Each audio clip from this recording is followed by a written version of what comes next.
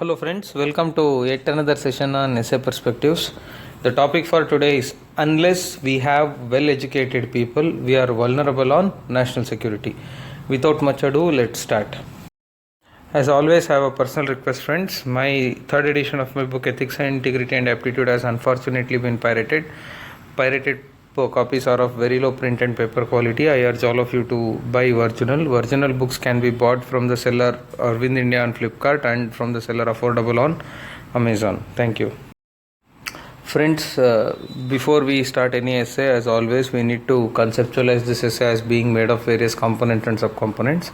So first we would introduce this essay, then we would dwell upon the essence of the topic, then we would seek to explore as to how would well-educated people help, and next we would actually as part of critical analysis, we would try to explore if only well-educated people suffice, and then we would try to check if well-educated people can become potential threats to national security. Then we would explore the best solution, and then we would conclude. I think the best way to start this essay is by talking about Dadabhai Naoroji, friends. So Dadabhai Naoroji is well known for his propoundment of the theory of drain of wealth. Correct? He was an intellectual, he was an educated person, he was a well-educated person. Because of his education, he was able to scientifically prove and convince Indians that British rule was doing more harm than good to India. He was able to convince the Indians scientifically with the data, with the statistics, that how British are plundering Indian wealth. Correct? That was the starting point for that actually ruffled the feathers in the hearts of Indians, and that is the starting point for the starting of nationalism, right? So though there were sporadic incidents of protest against the British, but it was Dadabhai Naoroji, intellectual and a well-educated person like Dadabhai Naoroji, who was instrumental in laying firm foundation for springing of nationalism in India. Friends, thus, if not for Dadabhai Naoroji, perhaps our national security, Indian national security, would have become compromised even more. Correct? It was it was well-educated persons like Dadabhai Naoroji, Firoz Shah Mehta, Badruddin Tyabji, all those, even Subhash Chandra Bose, Mahatma Gandhi ji, everybody, all of these people were well-educated persons who were able to understand how British were exploiting the India, and they created a mass movement, they created a narrative against the British, and finally leading to the liberation of India from the clutches of British. Correct? So it was this well-educated, this bunch of well-educated people that actually safeguarded the national security. Correct? If not for these people, of course, the Indian national security was already under threat. It would have come under even severe threat. Correct? So thus, it is undoubted that well-educated people are important in preserving national security of any country. Then it is time to elaborate on the essence of the topic. So the first is, what are the keywords in this topic? So first is well-educated persons, or people. Second one is national security. Correct? So friends, for the who is a well-educated person? Friends, philosophical meanings aside, okay, a well-educated person is the one who has higher level of education, higher level of academic attainment, who has studied and obtained a recognizable certificate. Correct? This is basically, a well-educated person is a person who has good higher, who is academically advanced. That is the simplest and straightforward definition. So then what is national security? It is important to understand the meaning of national security also. National security essentially means absence of any threats or pressures on the peaceful functioning of any nation. Correct? That is what we call national security. So long as a country is able to uphold its sovereignty without knuckling under pressure from any force, maybe an internal force or external force, then we can call that the security of that nation is well preserved. Correct? So, thus basically national security means means the state in which a particular nation is able to function peacefully without facing any threat to its sovereignty by external or internal forces. So then there are two dimensions to national security. I told you, no friends, see, the moment you hear the term national security, what do you start thinking? You start thinking that some war, some aggression, some espionage, or some cyber warfare, blah blah blah, correct? But is national security only an external phenomena? Absolutely no, friends. There can be threats to national security internally also. But our mind is trained to always think that national security only has an external outlook, not any internal outlook. So that's why it's important for us to explore both the dimensions of national security. So what is external dimension? Under external dimension, under external dimension, national security essentially means absence of any war from a foreign nation, absence of aggression by a foreign nation, like that. What is internal dimension? So that means absence of any force to challenge the authority of the state in any unconstitutional way. This word unconstitutional way is very important. See, in a democracy, if there is a force which is trying to challenge the state through democratic electoral process, then that is acceptable. But if there is a force that is trying to overthrow the elected state, okay, through coup, through uprisings, through rebellion, revolt, etc., then that is not acceptable. So that means if there is any threat to the state through to the existence of the state by internal forces through unconstitutional means, then that is a threat to national security. Okay, constitutional means, then it cannot be called a threat to national security. Since I have already told you that there are two dimensions to national security, internal and external, now let us understand how these dimensions manifest. So, how does external threats to national security manifest? They mostly manifest through war and aggression. See, apparently, the threat to national security is only through war or through aggression or through terrorist attack, etc., etc., etc. This is something that strikes to our mind instantly. But there can be another not so apparent way of threatening the security of a particular nation. Correct? That is through imposition of sanctions. That is through creating economic blockade to that nation. This is also one of the way. Why? See, a sovereign state, okay, should be able to function on its own. There should not be any restrictions on its free will to take decisions and to execute those decisions. Correct?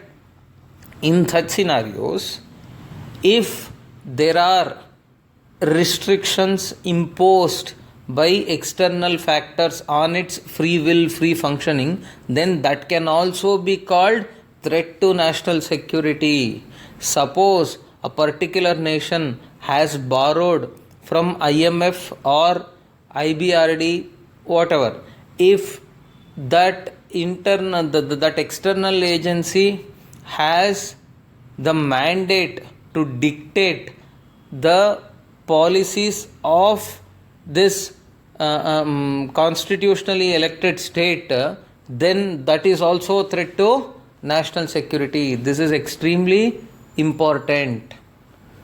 So, the moment we think of threats to national security, it need not be the apparent threats like war and aggression. There can be not so apparent threats like imposition of sanctions, etc., etc. The classic case is Sri Lanka. How China extended financial support and imposed a lot of conditions, and finally leading to the economic downfall of a nation like Sri Lanka. It was only because of the dictation of economic policies of Sri Lanka by China. We know what all has happened. So correct. So then, how does internal dimension of national insecurity manifest? It normally manifests through separatism, extremism. What is separatism? Jammu Kashmir Liberation Front, the separatist movement. They have launched a movement to cede the state of Jammu and Kashmir from the fold of India. Correct? That is a separatism. Is it not threat to national security? It is. So, any agency, any organization which is operating within the nation yet trying to act against the interests of the nation or state, then that is a threat. Correct? So the first example is separatism. The first manifestation is separatism. Second example that I can give is the attempt of Bhindranwala and troop to get independence from India to Punjab. We know, right, what all happened in Punjab actually. So Anand Sahib resolution, blah blah blah, they wanted a separate state, etc., etc. So finally government had to come very heavily to clamp down on that insurgency. So then it can also manifest as extremism. The classic example is left-wing extremism, Naxalism. Correct? So basically some organization, some group of people, their objective is to bring justice to one section of society. Correct? But the methods that are adapted by them to bring justice to that particular section of society are unconstitutional methods. So the extremist activities of Naxalites is also a threat to national security. Then civil disobedience. See, the threat to national security can also be manifested through disobeying the law enacted by a constitutionally recognized legislature being implemented by a constitutionally recognized executive. Correct? So that is civil disobedience. See the riots that break out, okay, for whatever reason, for a separate state, for against reservation or for reservation, whatever. So those riots, whatever they break out, they lead to violence. Correct? They try to disfigure public property. They try to do arson. All these things are prohibited by law. Correct? So whenever you do something disobeying the civil law, then that is also a threat to national security. This is how the threats to national security gets manifested, or you can say this is how national insecurity gets manifested, both on external as well as internal domains. Then friends, after we have understood the manifestation, it is time for us to ponder upon the causes for national insecurity. That means, why would there be threats to national security? Correct? So again, external, first and foremost thing is absence of deterrence. See, normally why would an external force be confident enough to wage a war, to start a war, to start an external aggression? That is mostly there may be a number of apparent reasons, like to capture the regions with more mineral wealth, to capture the regions where more water sources are available, to capture the region for whatever other reasons, etc., etc. Correct? This is what apparently it appears to. But Basically think operationally, practically think, when would a country decide to wage war against another country? If and only if, assuming that if and only if there is absence of deterrence from the other country, correct? So if you are sure that you will wage a war, the other country would hit back with equal force, that would lead to problem to you, then the chances that any rational state to go for war is very much minimal. This is the whole concept of nuclear the deterrence, correct? So when you hit someone, if someone is also ready to hit you back, then the probability that you start the fight is very less, correct? So this is the foremost reason why national security comes under threat, correct? Because if there is no, if a country is strong enough, if the country is endowed with the requisite men and material resources to fight back any aggression or war, then the chances that there would be fights, there would be aggression against that country are very, very, very minimal. Practically, operationally, this is how things work, correct? So thus, the first and foremost thing is there is no deterrence, correct? And second thing, which I am sorry I have forgotten to mention here, this is as far as that apparent dimension of external insecurity is concerned, but with regard to imposition of sanctions, when would a country become vulnerable to be imposed some sanctions? Only when the country is economically so weak that it is not in a position to manage its own economy, its resources are far limited, then it has to borrow from other external agency, and if you are not able to get the resources from that foreign agency, then your economy collapses. In such vulnerable scenario only a nation is will have to cave in, will have to relent under pressure to the terms being dictated by an external agency, correct? That means an economically weak country. So these are the two primary reasons why there would be threat to national security from external factors. Then what is the reason why there would be threat to national security as far as internal factors are concerned? First one is inequitable development. What do you mean by inequitable development? If all the sections of society enjoy the fruits of development equitably, then the chances that there would be any voices of dissent within the country to rise against constitutionally elected government are very less, correct? So only if the fruits of development are disproportionately cornered by one section of society, the remaining sections of society feel alienated. This sense of alienation is the root cause for movements like Naxalism, separatism, extremism, etc., correct? And the second reason is imbalance in regional development. See, we all bat for balanced regional development, right? If every region, one is every section of society should enjoy the fruits of development. Second dimension is every region within the nation should have should have the fair share of development, correct?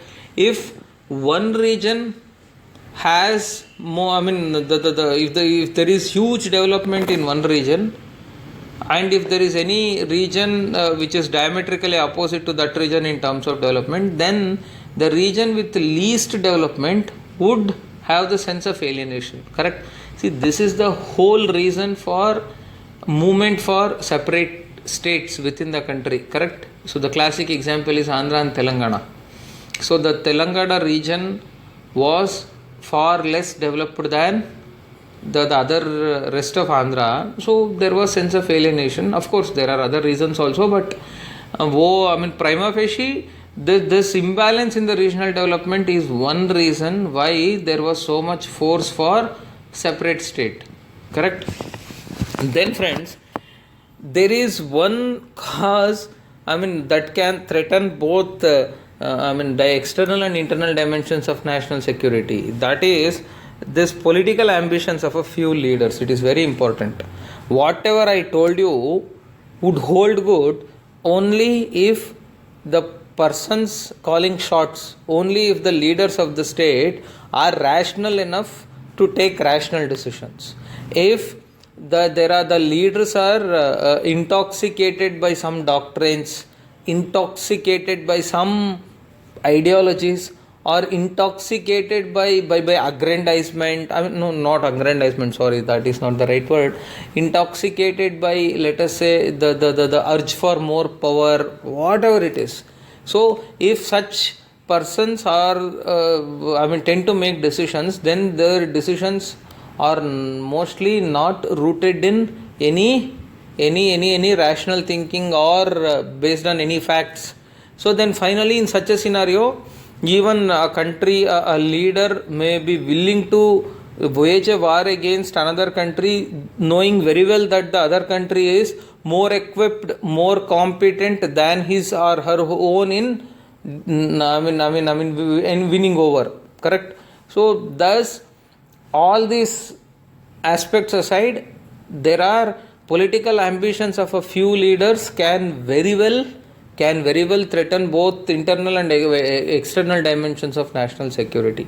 Even if there is no imbalance, even if there is equitable development also, some section of society, some leader in that particular section of society wants to have his political ends meet by actually by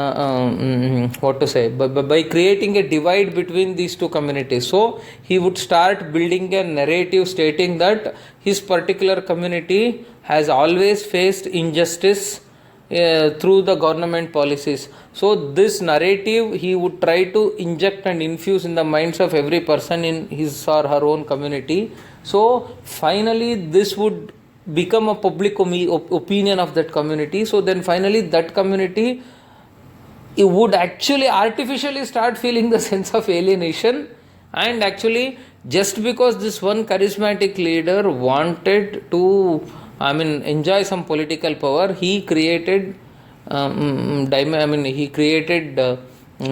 between two communities. He created artificial narrative, he created artificial public opinion, finally leading to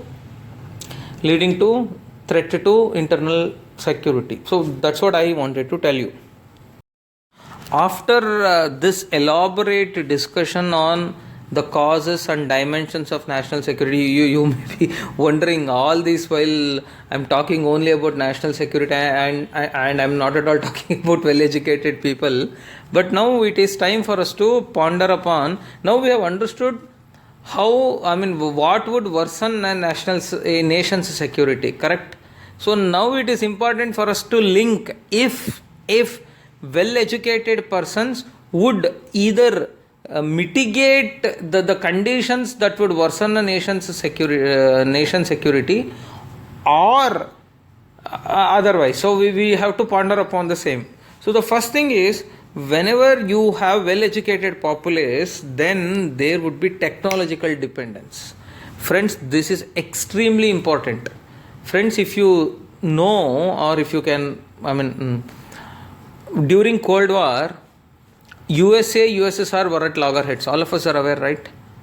It was USA realized that Russia was superior in terms of number of soldiers in the army, in terms of other resources, maybe tanks, maybe guns, ammunition, arms, etc., etc. Realizing this, USA wanted to develop technology that would neutralize this physical prowess of Russian military. So that's why, with this only they started the technologies of precision strikes. So, all these missiles, etc., were invented only to bridge this gap. because they took help of the technology to neutralize the physical prowess of USSR.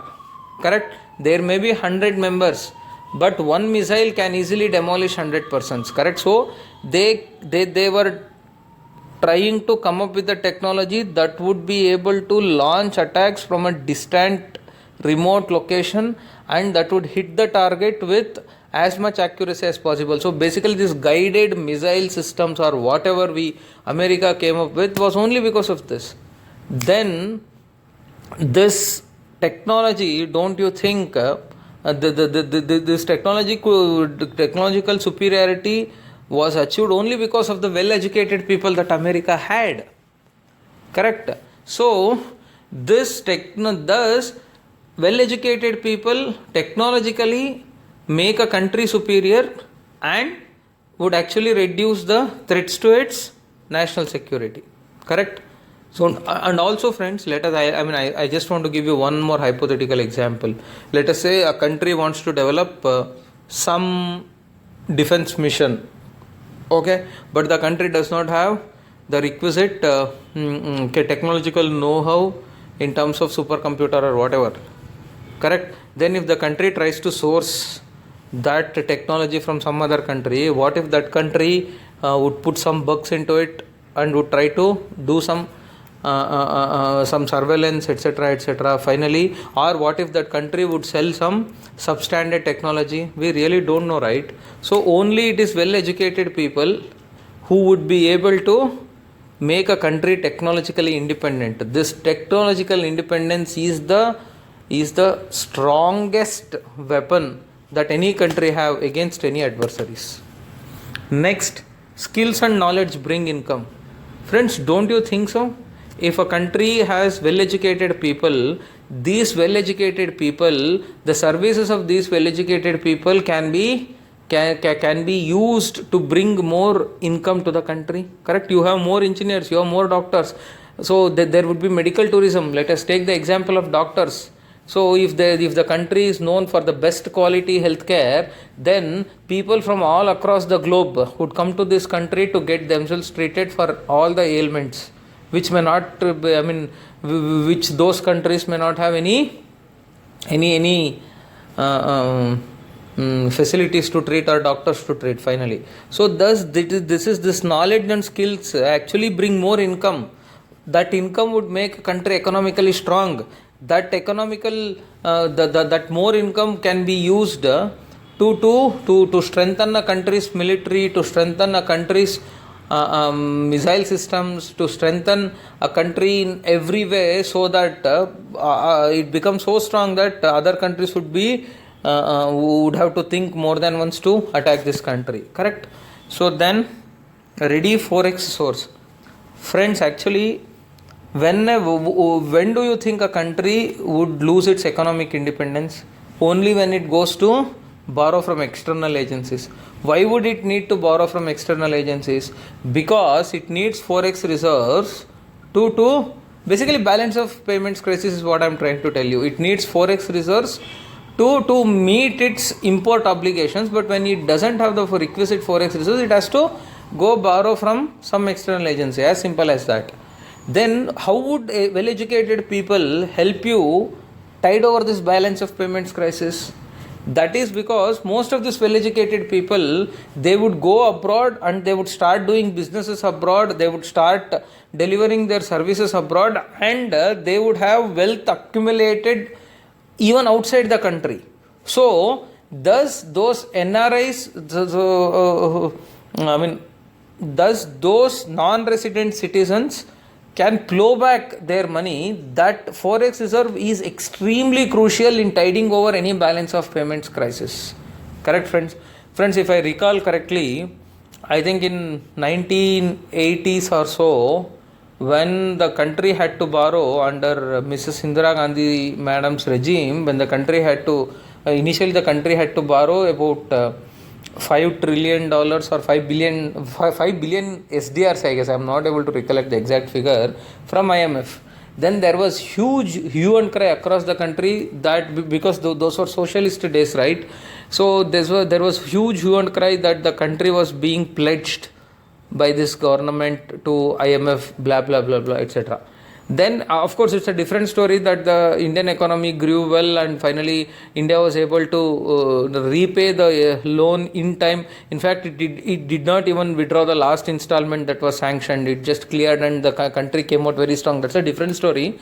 But what I'm trying to tell you is, after this episode of so much protest against India borrowing from an external agency, Indian government came up with this NRI deposit scheme. I think the NRI deposit scheme was there. India actually opened up NRIs to buy shares from the domestic companies. Until then, NRIs could not invest in Indian companies. It was barred. But government opened it. Why? Because it wanted forex reserves. So India could do that because India had the confidence that there were people, Indians living abroad who had wealth, who were willing to invest in India. Correct? So thus, this well-educated people are the ready sources of forex reserves whom the government can tap at its will. So these are all the broadly how well-educated people can neutralize the threats emanating from the threats emanating from outside the country. Correct? So with regard to how would well-educated people help a country in tiding over the threats that are emanating from within the country, internal dimension, the first one is reduction of divides and parochial tendencies. I mean, both. See, if the country has more well-educated people, there would be very less divides. How? The first and foremost thing is, as and when education spreads, correct, social discrimination reduces. This we are seeing in any urban area for that matter. In urban area where you find most of the educated citizens, obviously the scope for social discrimination is very less. Correct? So as everybody starts becoming rich, this caste divide, class divides get blurred. This is one dimension. The second dimension is, see, these educated people have the ability to understand the social problems and they have the requisite ability to launch movements against this social discrimination. Correct? Who was Rajaram Mohan Rai? Rajaram Mohan Rai was an educated person. So he understood the malaise plaguing Indian society in terms of caste, in terms of gender inequality, etc., etc. So all these intellectuals, friends, whoever led social reform movements in India were all intellectuals, were all well-educated persons who understood that this was not a society should be. The society should be grounded on the principles of equality, etc., etc. Correct? So, thus, as the section of this well-educated populace swell, obviously the malaise afflicting any society would actually come down. Correct? Once that comes down, slowly, every section of society starts respecting the other section, and every section of society competes healthily with other sections of society, leading to a very, very conducive society. Of course, there would be no sense of alienation. There would not be much of caste or class conflicts. Correct? And also this would actually, a well-educated people would act, who are actually broad-minded. They don't espouse mostly parochial tendencies because they have seen the world. They know how the other countries operate. They don't get restricted themselves like a frog in the well and think that is their own world, right? So obviously the slowly more educated people would lead to less parochial tendencies. And then these more well-educated people, they play the role of devil's advocate in a democracy. All of us admit the fact that the cardinal principle of democracy is dissent. Correct? Who should dissent? Only an educated person can dissent. Correct? They are the ones who understand that government policies are wrong. They are the ones who turn out to be activists. They are the ones who start filing pills in the courts. Correct? To bring the government to book. They try to hold government accountable for each of its action. So In a democracy, this well-educated people would play the role of devil's advocate. They would question the action of every action and policies of government, and finally they would actually allow the government to function in a way that is good for every section of society, so leading to overall equitable development. Correct? So there would not be exclusive development, there would be inclusive development then. So thus these people would actually try to preempt the possibilities of any internal threats to national security. Then they are the conscience keepers of communities. Friends, this is what actually, see, as I already told you, these educated people are the ones who create awareness in society. These educated people are the ones who try to reform the society. Correct? They are the conscience keepers. That means if a particular section of society is doing something wrong, it is these people who come to the rescue of that community, who guide that community, convince that community that their actions and practices are unscientific, they are wrong. Thus they act as conscience keepers. So thus, when the communities come out of those superstitious practices, the communities emerge out strong.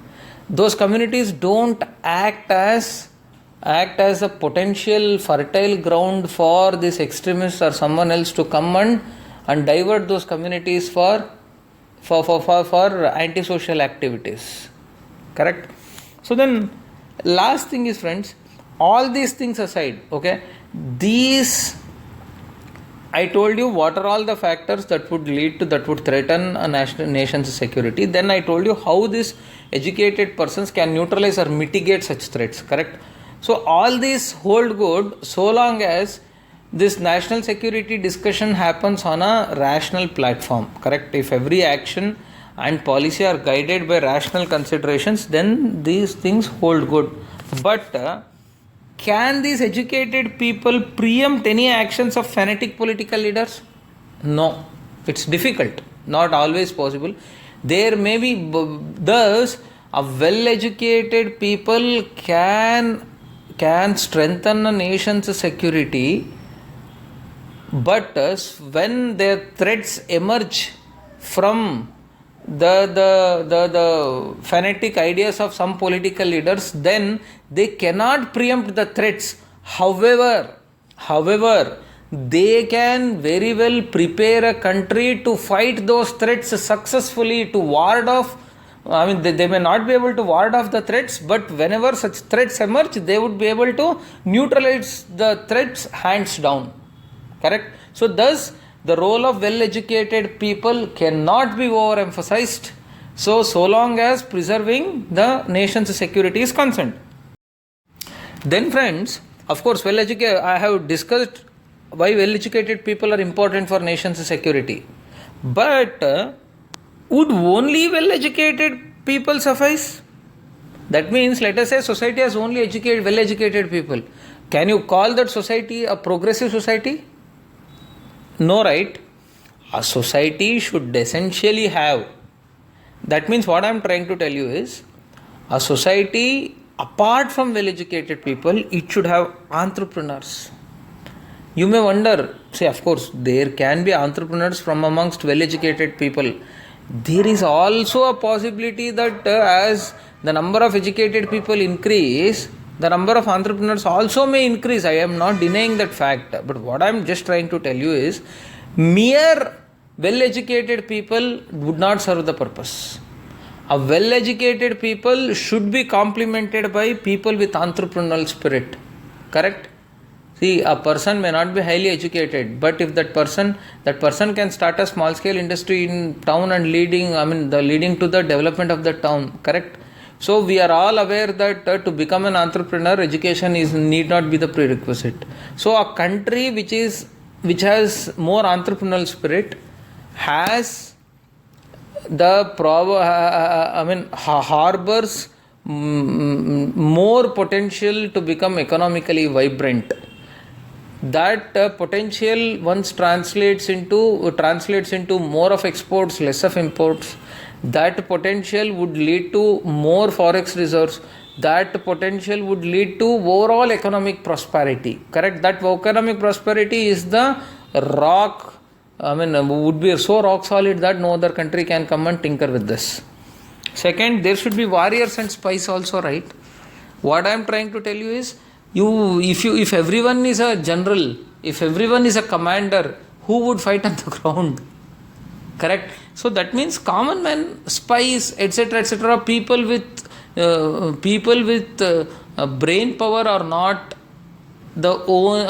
cannot only win the war. People with brawn power also is necessary.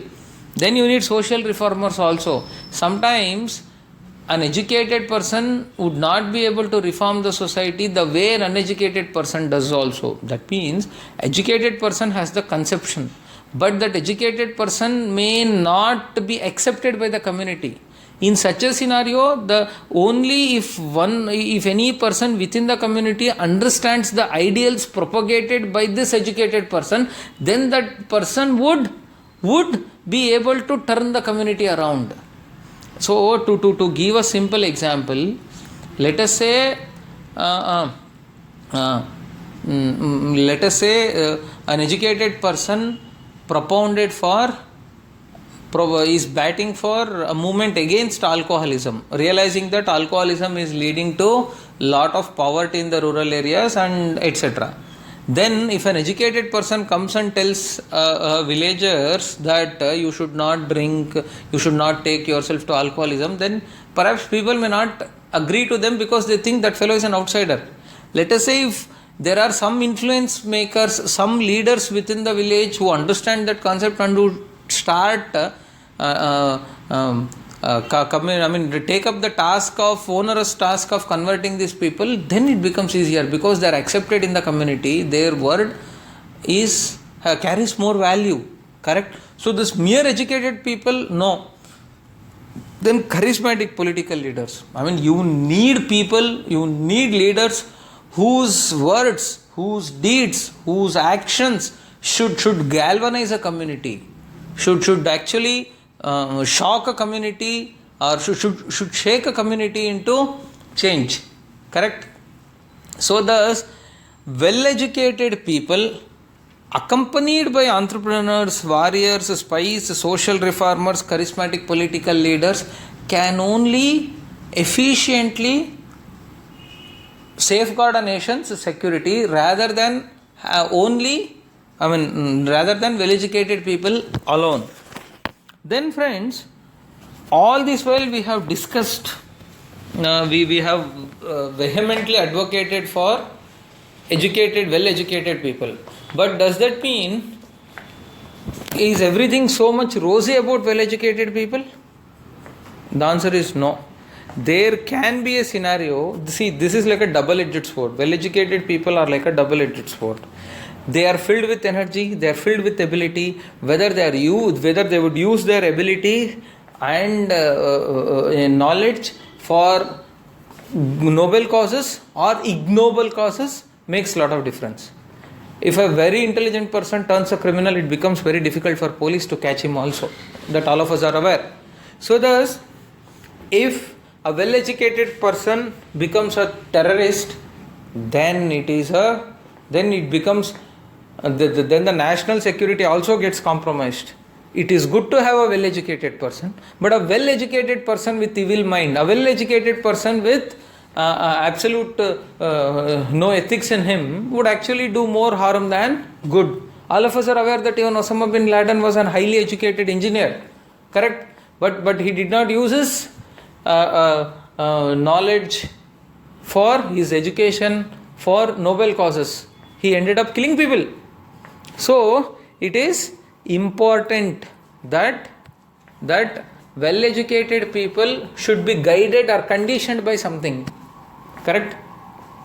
So if mere well-educated people cannot take country forward, the best example is terrorist or selfish political leaders. See, all of us are seeing how well-educated people are resorting to cyber crimes these days. So, thus this power of well-educated people is a double-edged sword. If their abilities and knowledge are used for noble causes, then the country becomes good. Otherwise, the country becomes very bad. And so that's why it is important for well-educated persons to be conditioned with something.